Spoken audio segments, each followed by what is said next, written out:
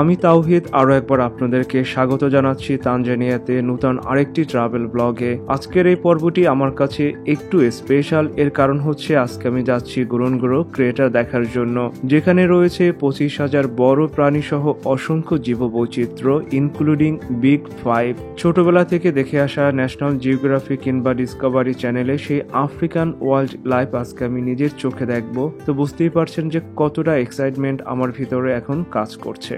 আরুসা শহরের হোটেল থেকে ভোর 5টায় আমি যাত্রা শুরু করেছিলাম 180 কিলোমিটার দূরত্বের গোরনগোরো কনজারভেশন এরিয়ার উদ্দেশ্যে। প্রথম 1 ঘন্টা ছিল অনেক অন্ধকার, কিছুই দেখা যায়নি। এখন সূর্যের আলো ওঠাতে চমৎকার চারদিকটা দেখা যাচ্ছে। সাফারিতে যাওয়ার আগে একটা বেস ক্যাম্প এখানে, মূলত এখানে টুরিস্টরা আসে সাফারিতে যাওয়ার আগে বা শুরু করার আগে এখানে ব্রেকফাস্ট সেরে নেয়। এই বেস ক্যাম্পটিকে একটি মিটিং পয়েন্টও বলা যেতে পারে, যেখানে টুরিস্টরা এসে একত্রিত হয়, খাওয়া দাওয়া করে কিংবা বিশ্রাম নেয়। আমি যেহেতু সলো ট্রাভেলার ছিলাম, তো আমাকে এখানে 5 জনের একটি গ্রুপের সাথে অ্যাড করে দিয়ে 6 জন মিলে একটি গ্রুপ করে আমরা সাফারিতে যাব।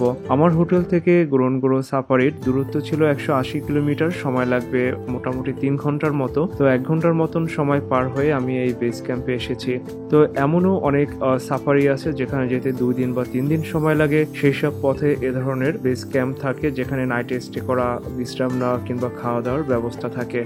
এখানেও নাইট স্টে করার জন্য ছোট ঘর কিংবা তাঁবু আছে। আপনি প্রকৃতিকে আরো গভীরভাবে উপলব্ধি করার জন্য আরুসা শহরের হোটেল ত্যাগ করে এখানে এসে ক্যাম্পেইন করতে পারেন। সেটা হচ্ছে আরো চমৎকার একটি এক্সপিরিয়েন্স। ভোর রাতে আমি যখন যাত্রা শুরু করি, হোটেল থেকে বেরোনোর পরে চারদিকটা অন্ধকার ছিল। সেই শহর পেরোলাম, তারপরও যাচ্ছি আর ড্রাইভারও খুব একটা কথা বলছেন না, একটু গম্ভীর টাইপের। আমি বুঝতে পারছিলাম না আরো কত দূর যাওয়ার পরে সেই বেস ক্যাম্পে সবার সাথে আমি একত্রিত হব। তো ঠিক ভয় না, আমার খারাপ লাগছিল। তো একটা সময় যে অলমোস্ট 1.5 ঘন্টা সময় পার হওয়ার পরে দেখলাম আস্তে আস্তে চারদিকটা ক্লিয়ার হচ্ছে, দেখা যাচ্ছে একটু একটু। তো আমি যতই দেখছি বিমোহিত হয়ে যাচ্ছে যে চারদিকটা এত সুন্দর। আমার রাস্তার 2 পাশে ছিল সেই আফ্রিকান সাভানা, ছোট ছোট ঝোপঝাড় গাছপালা। আরুসার অসাধারণ এই সৌন্দর্য দেখতে দেখতে আমি বেস ক্যাম্পে চলে আসলাম। তো নাস্তা না করে এখানে আমি চারদিকে ঘুরে দেখছি এত সুন্দর একটি জায়গায় এই বেস ক্যাম্পটা। ছোট ছোট তাঁবু, সেখানে গাছপালায় বাবুই পাখির মতন কিছু পাখির বাসা, মানুষের মতন পাখির মতন মুভ করছে। কেউ কাউকে যেন কোনো কেয়ারই করছে না। ব্যাপারটা আমার কাছে খুবই মজার লেগেছিল। ওকে, নাস্তা করে নিই আগে।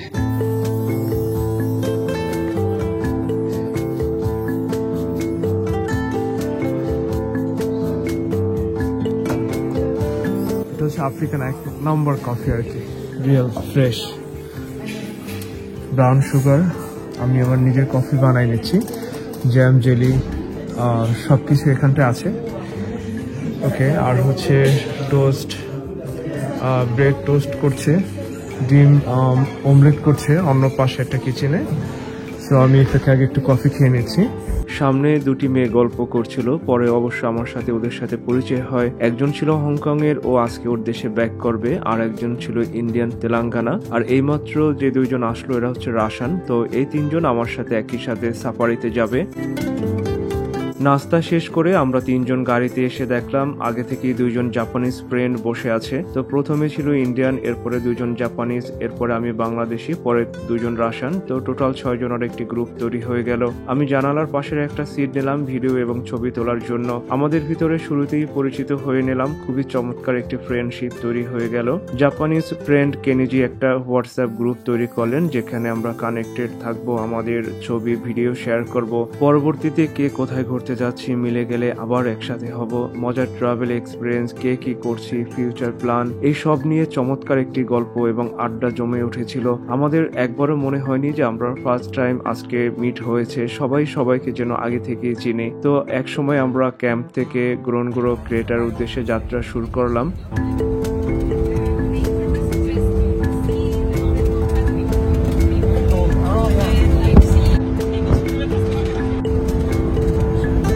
যতই সামনে যাচ্ছি আমরা কিন্তু পাহাড় বেয়ে আস্তে আস্তে উপরের দিকে উঠছি, কারণ গোরনগোরো ক্রিয়েটার হচ্ছে পাহাড়ের চূড়ায় অবস্থিত। আর সেই সাথে ওয়েদারেরও পার্থক্য পাচ্ছি, শীতল মেঘ এসে গায়ে লাগছিল।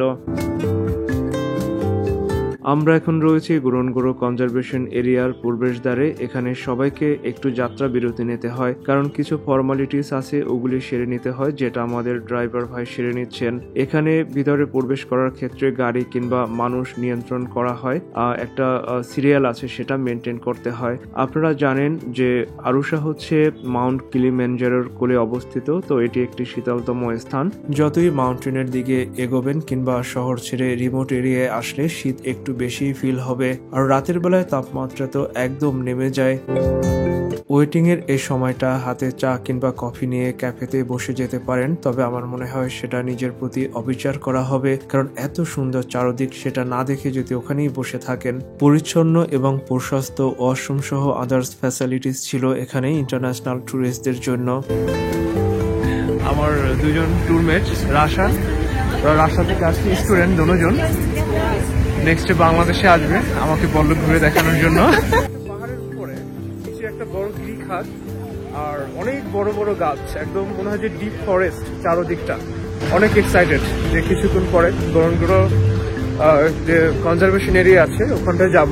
এতদিন যেসব প্রাণী বা যেসব দৃশ্য চ্যানেল ডিসকভারি কিংবা হচ্ছে ন্যাশনাল জিওগ্রাফিতে দেখছি, আজকে হয়তো নিজের চোখে দেখবেন ইনশাআল্লাহ। এখানে একজন গাইড এই ম্যাপের সাহায্যে ট্যুরিস্টদেরকে কনজারভেশন এরিয়া সম্পর্কে জানাচ্ছেন। এর কোথায় কি রয়েছে, এখানে পশু পাখি ছাড়া দেখার আরো অনেক কিছু রয়েছে, এর ভূতাত্ত্বিক গুরুত্ব, এই ক্রিয়েটার কিভাবে সৃষ্টি হয়েছেন ইত্যাদি। আমরা এখন গাড়িতে উঠে ওয়েট করছি সিরিয়াল ধরে, কিছুক্ষণ পরে কনজারভেশন এরিয়াতে প্রবেশ করব। কনজারভেশন এরিয়ার ভিতরে প্রবেশ করেই পাহাড়ি খাড়া পথ বেয়ে উপরের দিকে উঠছিলাম। বাম পাশে তাকাতিয়ে দেখলাম কলিজা হিম করা গভীর গিরিখাত এবং তারপরে আবার পাহাড়, চারদিকটা গভীর বনাঞ্চল দিয়ে আচ্ছাদিত। তো একটা সময় আমরা একটা ভিউ পয়েন্টে পৌঁছে যাব। তো এটা হচ্ছে একটা ভিউ পয়েন্ট, এখানে গাড়িগুলো থামায় ছবি তোলার জন্য, চারদিকটা দেখার জন্য। এই টপ মানে প্লেসটা থেকে দেখা যাক কি আছে। মানে সবেমাত্র রোদ ওঠা শুরু করছে।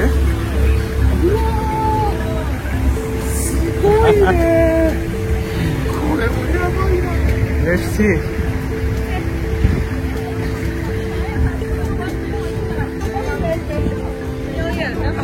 Oh my God.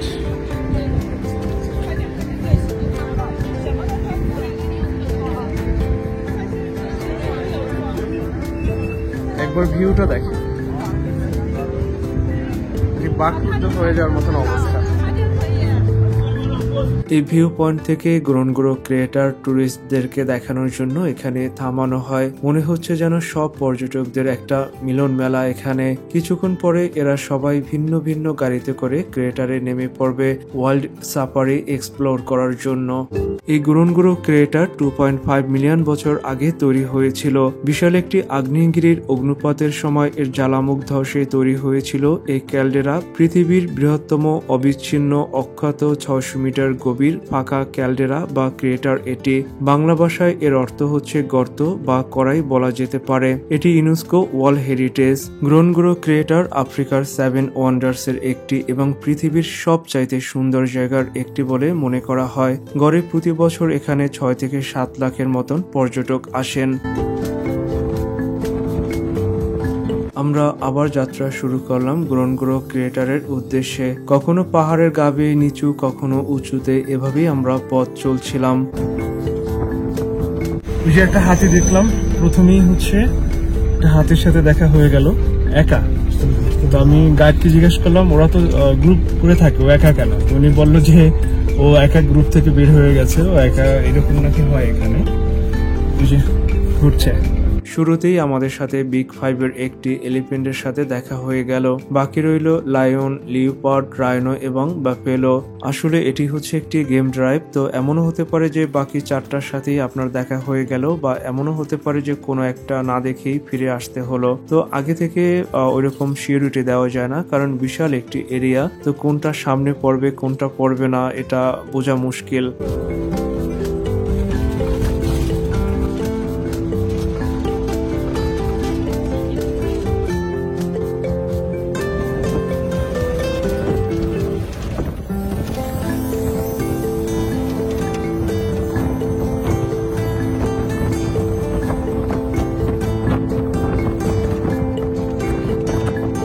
আমরা এখনো গোরনগোরো কনজারভেশন এরিয়ার ভিতরেই রয়েছি। ক্র্যাটারে যেতে আরো কিছুক্ষণ সময় লাগবে। চারদিকের ল্যান্ডস্কেপ ভিউটা একটু দেখেন, কত সুন্দর এই জায়গাটি। আমি জানি ক্যামেরায় এর প্রকৃত সৌন্দর্য তুলে আনা যাচ্ছে না, কারণ বাস্তবতা আর ক্যামেরা দুটো ডিফারেন্ট জিনিস। এখানে কিন্তু মাঝে মাঝে মাসাই পল্লী আছে, আপনারা ওদের বাড়িঘর দেখতে পাচ্ছেন। অনেকে আছেন যারা গোরনগোরোতে সাফারিতে আসলে একই সাথে মাসাই পল্লী ভিজিট করেন, কিন্তু আমি যেহেতু গতকালকে অলরেডি মাসাই পল্লীতে গিয়েছি, আজকে আর যাব না। এ পথে মাসাই সম্প্রদায়ের লোকজনের সাথে দেখা হয়ে যায়। কখনো কখনো ছোট মাসাই বাচ্চারা হাত নেড়ে অভিবাদন জানাবে। আপনারা যে গাছগুলি দেখতে পাচ্ছেন এগুলি হচ্ছে একাশিয়া, কিন্তু গত পর্বে আমি ভুলবশত এটাকে একশিরা উচ্চারণ করেছিলাম। আসলে এর সঠিক উচ্চারণ হবে একাশিয়া। আগে একটা সময় ছিল যখন মাসাই পিপল গোরনগোরো ক্র্যাটারের ভিতরে বসবাস করত, কিন্তু পরবর্তীতে তা নিষিদ্ধ করা হয়েছে এবং যে কোনো ধরনের শিকার ওখানে বর্তমানে একদমই নিষিদ্ধ।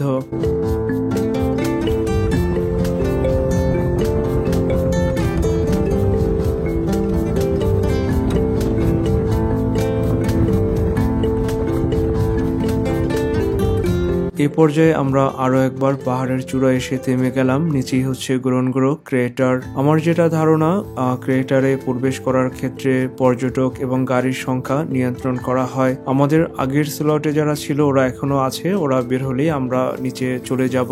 আর এখানেও একটা অফিস আছে, আমাদের যে ট্যুর গাইড উনি কিছু ফর্মালিটিস সেরে নিচ্ছে।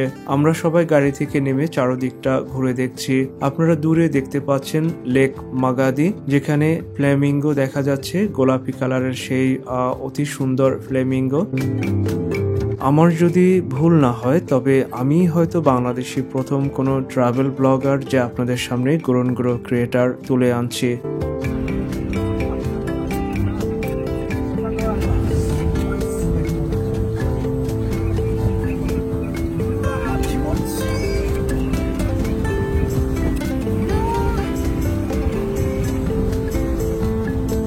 শুধু আমি নয়, দেখলাম সবাই অনেক বেশি এক্সাইটেড।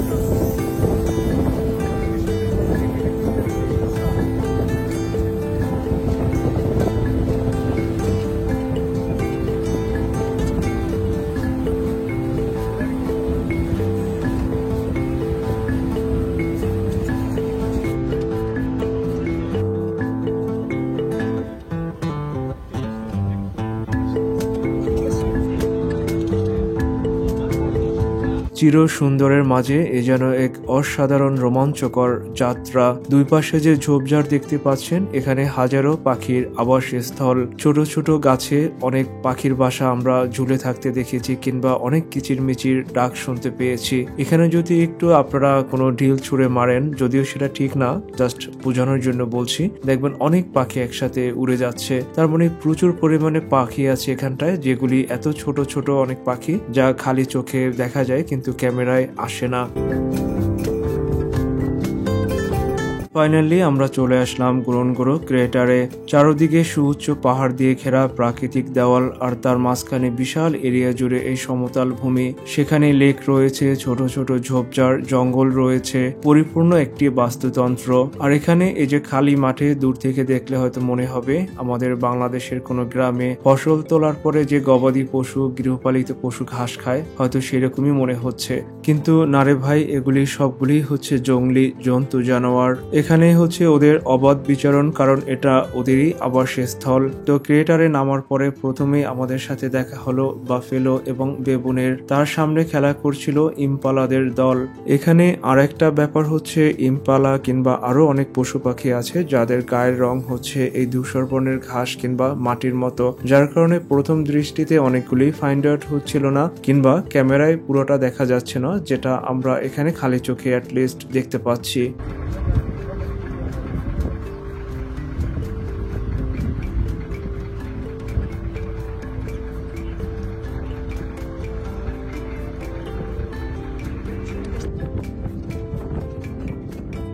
আমরা এখন লেক মাগাদির দিকে যাচ্ছি, যেখানে রয়েছে হাজার হাজার গোলাপি ফ্ল্যামিঙ্গো সহ আরো অসংখ্য পাখি। আমাদের পাশ কাটিয়ে চলে গেল একটা বেবি ইম্পালা।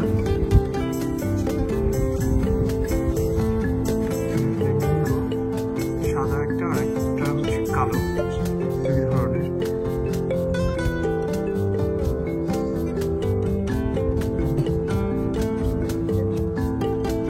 বর্ষাকালে যখন এই লেকের পানির পরিমাণ বেড়ে যায় তখন এখানে ফ্লেমিঙ্গো সহ অনেক প্রজাতির পাখি আরো বেশি পরিমাণে দেখা যায়। এই লেক হচ্ছে এদের খাবারের যোগান দেয়। ফ্লেমিঙ্গো হচ্ছে আফ্রিকান এক ধরনের বক যা লবণাক্ত অঞ্চলে বসবাস করে। এই লেকের পানি যেহেতু কিছুটা লবণাক্ত, তাই এদের আধিক্য এখানে দেখা যায়।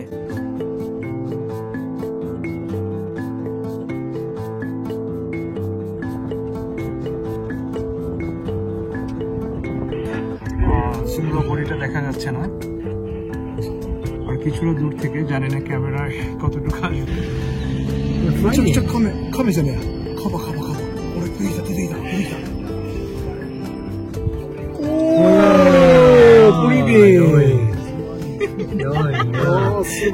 বিশালাকার এই জলহস্তিটি পানির নিচে ডুব দিয়েছিল, তো ওকে আমরা দেখার ট্রাই করছিলাম। তো একটা সময় ও পানির ভিতর থেকে মুখ তুলে হাই তুলে আমাদের দেখা দিল, আর এই আনন্দে আমরা সবাই চিৎকার দিয়ে উঠলাম। আমরা এখন একদমই লেকের কাছে চলে আসছি। কয়েকটা পাখি দেখতে পাচ্ছেন খুবই কাছ থেকে। পানি যেহেতু ওঠানামা করে, তাই চলাচলের একটি পথ পানিতে ডুবে আছে। গ্রোনগ্রোতে কিন্তু একটি পরিপূর্ণ প্রাণবন্ত এবং বৈচিত্র্যময় বাস্তুতন্ত্র রয়েছে, যা সমৃদ্ধ হয়েছে বন্যপ্রাণী এবং বৈচিত্র্যময় প্রাকৃতিক দৃশ্য দ্বারা। এখানে রয়েছে তৃণভূমি, বাবলাবন এবং একটি মৌসুমী লবণাক্ত পানির হ্রদ। এই বাস্তুতন্ত্র হচ্ছে বিগ ফাইভ সহ বিভিন্ন ধরনের প্রাণী এবং পাখির নিরাপদ আশ্রয়স্থল। চারদিকের সুউচ্চ দেওয়ালগুলি একটি প্রাকৃতিক বেষ্টনী হিসেবে কাজ করছে এবং এর ভিতরে প্রাণীগুলির জন্য একটি অভয়ারণ্য তৈরি করেছে। এই ক্রেটার একটি অক্ষত আগ্নেয়গিরির অখণ্ড ক্যালডেরা বা গর্ত, যার ব্যাস হচ্ছে 21 কিলোমিটার এবং এর আয়তন 260 বর্গ কিলোমিটার, যার চারদিকে রয়েছে গড়ে 600 মিটার উঁচু পাহাড়ের তৈরি দেওয়াল এবং সমুদ্রপৃষ্ঠ থেকে এটি 1800 মিটার উচ্চতায় অবস্থিত একটি গর্ত। তবে এর পশ্চিম অংশটি সেরেনগেটি জাতীয় উদ্যানের সাথে সংযুক্ত, সাথে আরো দুটি উদ্যান এবং কেনিয়ার মাসাই মারা গেম রিজার্ভ নিয়ে গঠিত। বিশাল এই এরিয়াটি গ্রেট মাইগ্রেশনের আবাসস্থল। আর একটা গুরুত্বপূর্ণ ব্যাপার আপনাদের সাথে শেয়ার করছি, সেটাই হচ্ছে এই সংরক্ষিত এলাকার ভিতরেই রয়েছে মানব জাতির শৈশব নামে পরিচিত অলডুবাই গর্জ, যা পৃথিবীর সবচাইতে গুরুত্বপূর্ণ প্যালিওন্থ্রপিক্যাল সাইটগুলির মধ্যে একটি। এখানে পাওয়া জীবাশ্ম প্রমাণ করে যে এখানে বিভিন্ন হোমিনিড প্রজাতি 3 মিলিয়ন বছর ধরে এই অঞ্চলটি দখল করে রয়েছে, অর্থাৎ এটি ছিল আমাদেরই পূর্বপুরুষদের আবাসস্থল। আমরা এখন এমন একটা জায়গায় চলে এসেছি যেখানে চারদিকে রয়েছে অসংখ্য পরিমাণে জেব্রা এবং ওয়াইল্ড বিস্ট। গ্রোনগ্রো এমনিতেই প্রাণীদের ঘনত্বের জন্য অনেক বিখ্যাত। আপনারা এই ভিডিওটি দেখলে অন্তত এর সত্যতা পাবেন। জেব্রা এবং ওয়াইল্ড বিস্ট হচ্ছে উভয় তৃণভোজী প্রাণী, তবে এদের চারণ অভ্যাস হচ্ছে ভিন্ন। যেমন জেব্রা হচ্ছে লম্বা ঘাস খেতে পছন্দ করে, আর অন্যদিকে ওয়াইল্ড বিস্ট হচ্ছে ছোট ঘাস পছন্দ করে। তো এদের ভিতরে কোনো রকম প্রতিযোগিতা নেই খাবার সংগ্রহ করার ক্ষেত্রে। আমার পিছনে হচ্ছে জেব্রা পানি খাচ্ছে, মানে এই জায়গাটা চারদিকে অনেকগুলি জেব্রা, রাস্তার এই সাইডে ওই সাইডে। স্লো স্লো স্লো স্লো দেন ফাস্ট।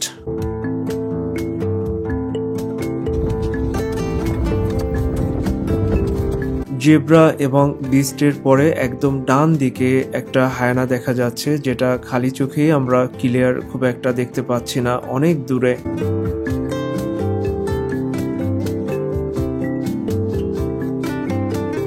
অনেক দূরে যে ছোট একটি টিলার মতন দেখা যাচ্ছে, এইটার নিচে বিস্টের পালের পাশে হচ্ছে একটি কালো গন্ডার আছে। গ্রোনগ্রো হচ্ছে বিরল প্রজাতির কালো গন্ডারের আবাসস্থল। এটি হচ্ছে ওয়ার্থগ, যেটা জেট ইঞ্জিনের মতন দৌড় মারে যখন কোনো হিংস্র প্রাণী একে আক্রমণ করে। এখানের চারদিকটায় এত পরিমাণে বিভিন্ন ধরনের প্রাণী, মনে হচ্ছে যে এদের আজকে যেন কোনো একটা সমাবেশ। আসলে এটাই গোরনগোরোর খুবই নর্মাল একটা সিনারিও। কেউ খাচ্ছে, কেউ দাঁড়িয়ে আছে, কেউ বিশ্রাম নিচ্ছে, কেউ আবার হয়তো অন্য কাউকে অ্যাটাক করার জন্য মোক্ষম একটা সুযোগের অপেক্ষায় রয়েছে। আমাদের গাড়ির খুবই কাছে একদম শান্তভাবে এরা দাঁড়িয়ে রয়েছে। এদের ভিতরে কিন্তু একটি সিম্বায়োটিক রিলেশনশিপ রয়েছে। যেমন জেব্রার হচ্ছে দৃষ্টিশক্তি খুবই তীক্ষ্ণ, অনেক দূর থেকে কোনো হিংস্র প্রাণী আসলে সে আগে থেকেই দেখতে পায়। অন্যদিকে ওয়াইল্ডি বিস্টের হচ্ছে ঘ্রাণ নেওয়ার ক্ষমতা খুবই প্রখর, অনেক দূর থেকে সে ঘ্রাণ পায় যদি কোনো হিংস্র প্রাণী তাদের শিকারের জন্য আসতে থাকে। এর ফলে যে আগে হিংস্র প্রাণীর উপস্থিতি বুঝতে পারে সে অন্যকে সতর্ক করে দেয়। একটি গাড়ি থেকে ওয়াকিটকিতে বলা হয়েছে যে ওদিকটা সিংহের উপস্থিতি আছে। তো আমরা দ্রুত ওখানটায় ছুটে গেলাম। তো যেটা হলো, খালি চোখে সে সিংহ দেখা যায়নি, বাইনিকুলার দিয়ে দেখতে হয়েছে, কারণ এটা অনেক দূরে ছিল, একটা শুকনো নালার ভিতরে ও শুয়ে আছে। তো যাই হোক, দূরবীন দিয়ে সিংহ দেখে আমরা চলতি পথে যাওয়ার সময় এই দুইটা ব্যাফলো আবার আমাদের সামনে পড়লো। তো এখন হচ্ছে এখানে গাড়ি এসে থামলো, আর যদি ওয়াশরুম দরকার হয় ফ্রেশ হয়ে তারপরে হচ্ছে সামনে হচ্ছে পিকনিক স্পট। ট্যুর অপারেটরগুলি খাবার বক্সে করে নিয়ে আসে, আমরা এখানে বসে অন কাইন্ড অফ একটা পিকনিকের মতন হয়। দেখেন কি অবস্থা, চারপাশে সুউচ্চ পাহাড় দিয়ে একদম মনে হয় বাউন্ডারি ওয়াল করা, ন্যাচারালি আল্লাহ তাআলা তৈরি করে দিছে। পাহাড় প্রথম হচ্ছে একটু ঢালু, তারপর একদম খারাপ, যে কোনো প্রাণী ইচ্ছে করলে এখান থেকে বের হয়ে যাবে সেটা অনেকটা কষ্টসাধ্য হয়ে যায়। এখন হচ্ছে অনেক রোদ, কিন্তু হচ্ছে বাতাস আছে এবং সে বাতাসটা হচ্ছে শীতল অনেকটা, শীতকালে যেরকম বাতাস হয় আমাদের দেশে, কারণ আরুষায় অলওয়েজ মোটামুটি শীত থাকে। তো শীতের বাতাসে এই রোদটা ফিল হচ্ছে না, চমৎকার একটা এনভায়রনমেন্ট। হচ্ছে আমরা দুপুরে লাঞ্চ করবো, এই জন্য নেমে গেলাম। আমার সাথে অন্য যারা আছেন গ্রুপমেট, ওরা একটা ভালো জায়গা খুঁজে বের করছেন যেখানে বসে আমরা পিকনিকটা করব। আর আমি এখানে ছবি তুলছি, অস্থির ভিউ, মাথা নষ্ট করার মতন দৃশ্য। এই দুইজন জাপানিজ আর এই দুইজন হচ্ছে রাশিয়ান। সামনের ওই ব্ল্যাক ড্রেস পরা উনি হচ্ছেন তেলেঙ্গানা, ইন্ডিয়া। আমি বাংলাদেশ থেকে, ড্রাইভার তানজানিয়া। এই লেকের পানিতে অনেকগুলি জলহস্তি গা ডুবিয়ে নাক উঁচু করেছিল, আর যা দেখার জন্য অনেকেই ওদিকে দৌড়ে চলে গেল। যেহেতু পুরো দেহটা দেখা যাচ্ছে না, প্লাস লেক মাগাদিতে আমি অলরেডি জলহস্তি দেখে ফেলেছি, তাই ওদিকটায় না যেয়ে আমি খেতে চলে আসলাম।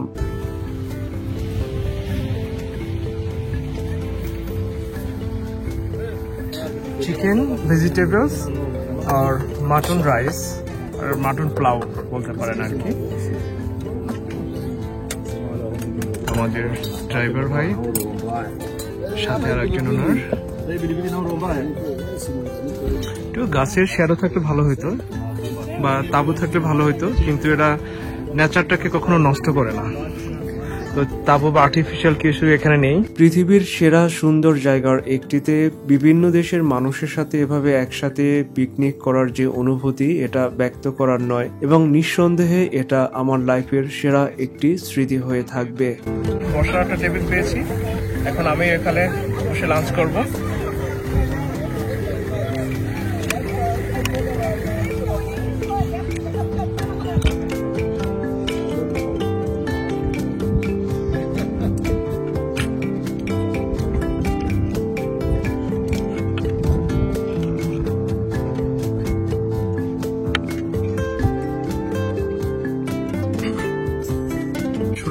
এটাই হচ্ছে লাইফ, কারণ আমি সেই কোথায় বাংলাদেশের আসলাম আফ্রিকা, এখানে এসে বিভিন্ন দেশের মানুষের সাথে দেখা হওয়া, ফ্রেন্ড হওয়া, তাদের সাথে একটা ভালো ফ্রেন্ডশিপ তৈরি হওয়া, বন্ডিং তৈরি হওয়া।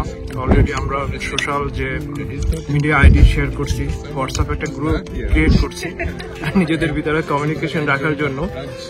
তো আসলে আমরা জানি না যে নেক্সট ডে আমাদের লাইফে কি ওয়েট করছে।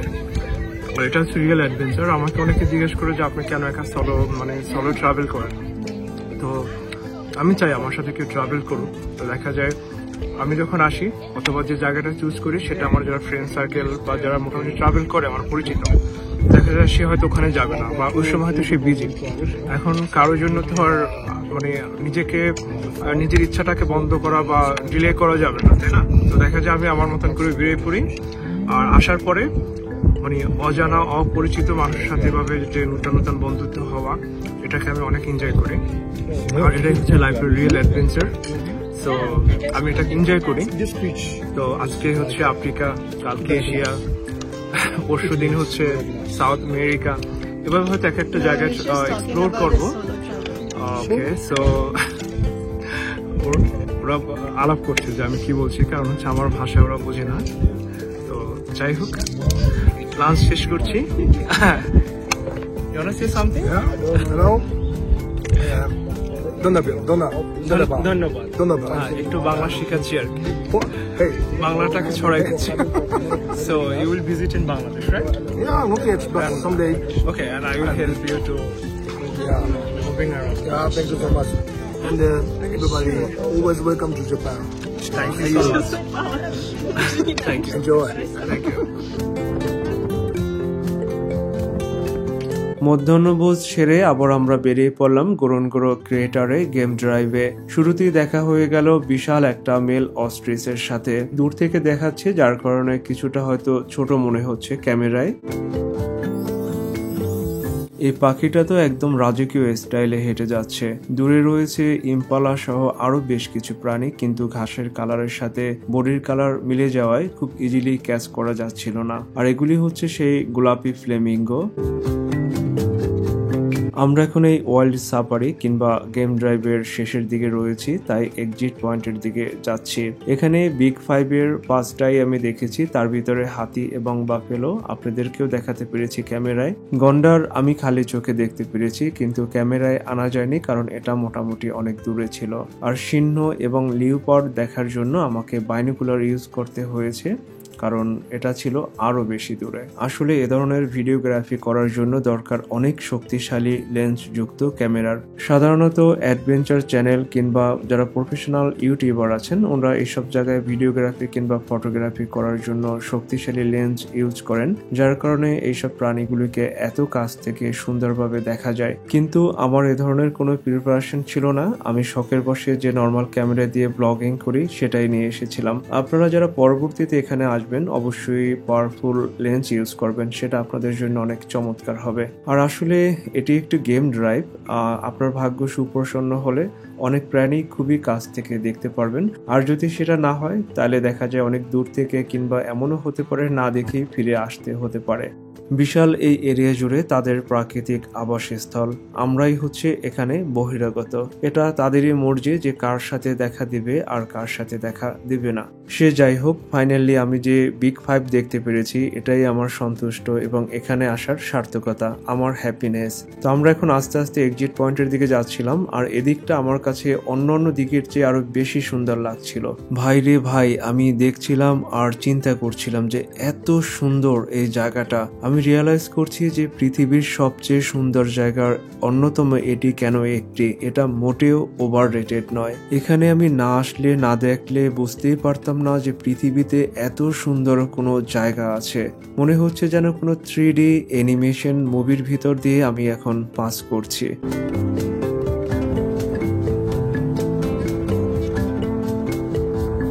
গোরনগোরো ক্রিয়েটার থেকে বের হওয়ার আগে এই অসম্ভব সুন্দর জায়গাটিতে আবারও কিছুক্ষণের জন্য একটা যাত্রা বেরোতে, তো আমি গাড়ি থেকে নেমে চারদিকটা ঘুরে দেখছিলাম। আমার এই পাশে কিন্তু সিংহ আছে, এই পাশটায় খুব সাহস করে একাকে একটু এক পাশে চলে আসছি মানুষের কাছ থেকে। গোরনগোরো ক্রিয়েটারে কোনো জিরাফ নেই, কারণ তাদের থাকার জন্য যে উপযুক্ত পরিবেশ এটা এখানে নেই। এখানে কিন্তু মধ্যাহ্নভোজ বা সেই মিনি পিকনিক করার জায়গা রয়েছে। তো এটা ডিপেন্ড করে মূলত সাফারি অপারেটরের উপরে যে কে কোন গেট দিয়ে ইন করবে, কোন গেট থেকে এক্সিট হবে, কোথায় খাবারের বিরতি নেবে। এই জায়গাটাও অনেক সুন্দর। আর এই সৌন্দর্যের মোহে পড়ে আমি একা একা বনের ভিতরে হেঁটে বেড়াচ্ছিলাম। জংলি ফুল, লতা গুল্ম, বিভিন্ন ধরনের গাছপালা, দূরের নীল পাহাড়, খুবই চমৎকার শীতল একটি বাতাস বয়ে যাচ্ছে। অসাধারণ একটা সময় পাস করছি। জঙ্গলে যে সবসময় মঙ্গল হয় এমনটা নয়, যে কোনো সময় কোনো হিংস্র প্রাণী চলে আসতে পারে, আর এখানে অনেক হিংস্র প্রাণী আছে। আমি অনেকটা দূরে চলে আসছি। আমি যেতে যেতে অনেকটা দূরে চলে গিয়েছিলাম একা, যেটা আমার একদমই ঠিক হয়নি। আর ওরা ছিল সবাই একসাথে অন্য আর একটা দিকে। এখানে চারদিকে রয়েছে অনেক হিংস্র প্রাণী, যেমন সিংহ, চিতা সহ আরো অনেক কিছু। আমি তখন এতটাই এক্সাইটেড ছিলাম যে আমার ভিতরে এসব ডর ভয় কোনো কিছুই মাথায় কাজ করেনি তখন।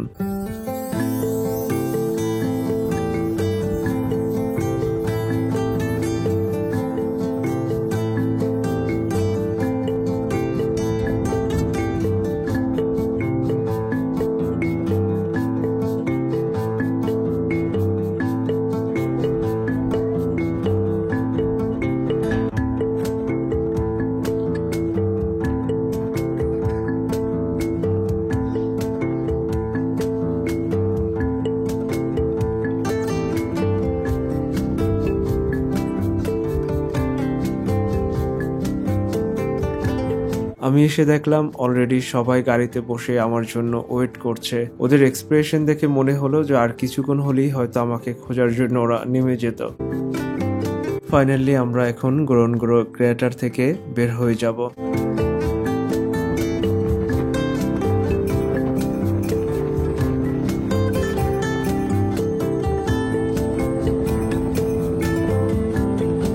ক্রেটার থেকে বের হচ্ছিলাম আর পিছনের ফিরে তাকিয়ে দেখছিলাম অসম্ভব সুন্দর এই জায়গাটিকে। যতই সামনের দিকে যাচ্ছি এই সুন্দর জায়গাটি চোখ থেকে আস্তে আস্তে ততটাই ফিকে হয়ে আসছে। একটা সময় আমরা ঢাল বেয়ে পাহাড়ের উপরে উঠে আসলাম এবং চলতে শুরু করলাম আরুষার দিকে।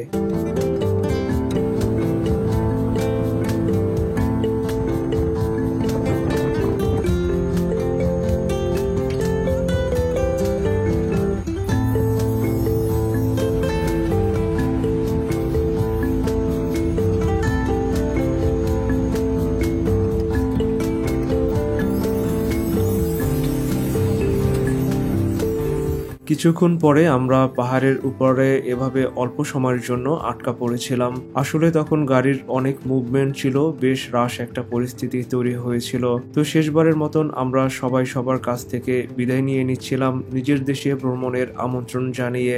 রাশিয়ান দুই বান্ধবী মার্গারিটা এবং মারিয়া কালকে আরুষা হয়ে ফিরে যাবেন মস্কোতে। ওদের ক্লাস শুরু হয়ে যাবে। বছর শেষে অনেক বড় একটা ক্রিসমাসের আয়োজন করবে এমনটাই জানালেন। প্রতিমা থাকে জার্মানি, সে জার্মান ফিরে যাবেন এবং ইউরো ট্যুর দেবেন বছর শেষে। জাপানি দুই বন্ধু ইয়াসাকু এবং কেনজি। ইয়াসাকু থাকেন নিউজিল্যান্ডে, উনি আগামীকালকে আরুষা থেকে সেখানেই ব্যাক করবেন। কেনজি প্রথমে আরুষা থেকে মসি থেকে দারুসালাম, সেখানে ও আরো কিছুদিন থেকে ফিরে যাবে জাপান এবং বছর শেষে ওর প্ল্যান ছিল দক্ষিণ আমেরিকা। আমি আরুষা থেকে দারুসালাম থেকে বাংলাদেশ ফিরে আসব স্বাভাবিক কর্মব্যস্ততায় এবং আমার পরবর্তী প্ল্যান ছিল ইরান। তো যেটা হলো পরবর্তী ট্যুর প্ল্যান আমাদের কারোর সাথে কারোরটা মিলল না। আমি দারুসালাম আসার পরে ছিলাম সিটি সেন্টারে আরো 2 দিন, আর কেনজি দারুসালামে আসার পরে ও ছিল কোকো বিচের পাশে ভারত মহাসাগর লাগোয়া একটি হোমস্টেতে কিছুদিনের জন্য। ও হচ্ছে একজন রাইটার এবং ওয়ার্ল্ড ট্রাভেলার, খুবই হাসি খুশি, প্রাণচঞ্চল, ফ্রেন্ডলি একজন পার্সন। তো দারুসালামে এসেই রাতে আমাকে একসাথে খাবারের জন্য আমন্ত্রণ জানিয়েছিল, কিন্তু ওই রাতে আমার কিছু লিস্টেড প্লেস ছিল যেগুলি আমি ঘুরে দেখছিলাম। সেগুলি যদি তখন না দেখতাম তবে হয়তো আর দেখা হতো না, কারণ পরবর্তী দিনই ছিল আমার বাংলাদেশে রিটার্ন ফ্লাইট। ওর সাথে আর দেখা হয়নি ঠিকই, কিন্তু এখনো ও এবং অন্যদের সাথে আমার যোগাযোগ রয়েছে। পরবর্তীতে কোথাও না কোথাও আবার আমাদের দেখা হয়ে যেতে পারে। তো ভালো থাকুক পৃথিবীর সমস্ত ভালো মনের মানুষগুলি, সেফ থাকুক সমস্ত ট্রাভেলার্সরা, অনেক বেশি ভালো থাকবেন। পরবর্তী পর্বেতে আবার দেখা হচ্ছে। Darussalam, happy travelling.